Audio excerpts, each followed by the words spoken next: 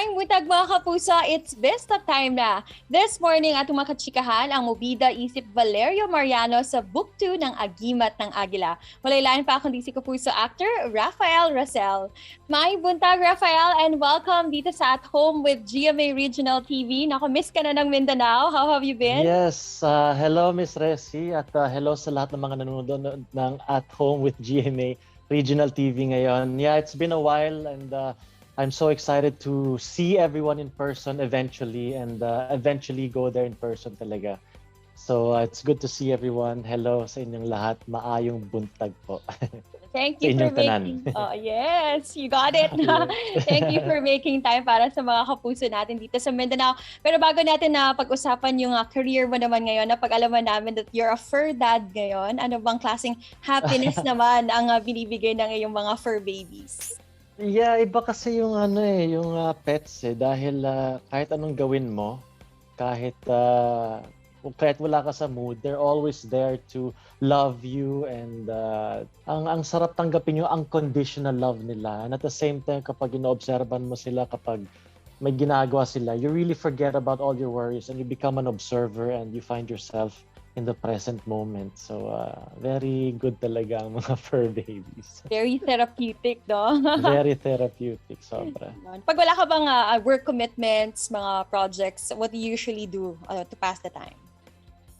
Usually I go to a beach na may alon and I look for waves there or I just stay sa nature and do movement and body mobility exercises. That's nice to know. Pero ngayon, you have a new project and we're very thrilled that you're part sa Book 2 naman ng Agimat ng Agila. What was your initial reaction that you're going to be part of this project? Well, when they first announced na guest ako doon, syempre na-excite ako. It's another fantaserye. It's another action serye and of course headed by Senator Bong Revilla. So I knew it was gonna be something really awesome talaga. And sobrang na-excite ako dahil overall, sobrang hili ko talaga sa action. Whatever I can do physically with my body, I like to challenge it. And yeah, it was another kontrabida role na syempre, trip ko mag-portray along with other character roles. So yeah, sobra akong na-excited, na-hype talaga ako para sa role na to. Kwentuhan mo kami dun sa role mo dito as Valerio Mariano. Ano ba mga challenges that you've encountered while portraying this character? Well, yung character ko kasi si Valerio Mariano, dating kasamahan ni Major Gabriel Labrador, yung character ni Senator Bong Revilla. He's coming into the series with great vengeance kasi mabigat yung bit-bit niya dahil yung kanyang kapatid na damay dati sa isang operasyon ng isang sindikato tungkol sa droga. So dahil doon, ang tindi ng vengeance plan niya at bloodthirsty talaga. Parang na-challenge ako na hanapin yung darker, more complex side sa puso ko. So that was quite the challenge talaga. Kumusta naman ang taping experience mo with the rest of the cast ng Agimat ng Agila? Masaya. Yung bonding nila kasi doon, it's sobrang solid na since book 1 and para sila magkabarkada doon. So it was really like guesting in someone's house when I got there na, eto yung barkada, ganito sila. They welcomed me in straight away at naging masaya naman yung samahan namin. In between takes, we would just make kwentuhan about the past and the future. So yeah, masaya rin. Hindi ka rin ba natatakot, Sir Rafael, na pag napanood ito ng ating mga viewers, baka mas mainis sila sa'yo or magalit sila sa'yo, lalo na sa character mo? Well, portraying a character na medyo dark, expected na kasi yun eh. Yung enjoyment at fulfillment para sa akin bilang isang aktor ay parang pag nagalit talaga sila sa akin, I know that I portrayed it effectively talaga. So I'm excited to see yung reaction ng mga tao, whether na magalit sila o hindi.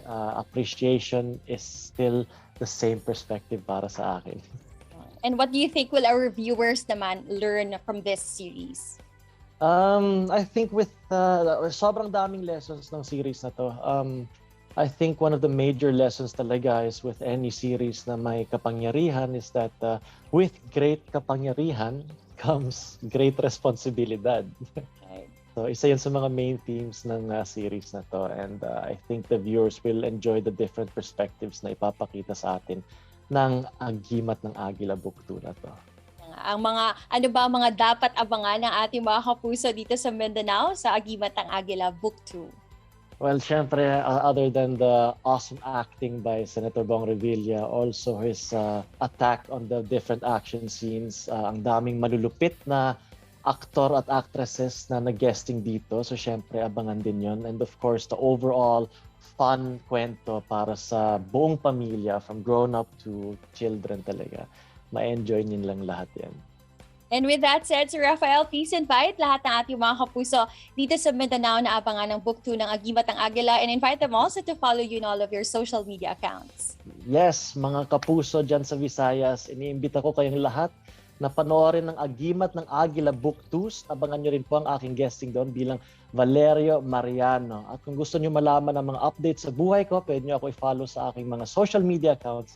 Sa Instagram, @RafRafRosel, sa TikTok, @RafRafRosel, at sa Facebook, Rafael Rosel naman.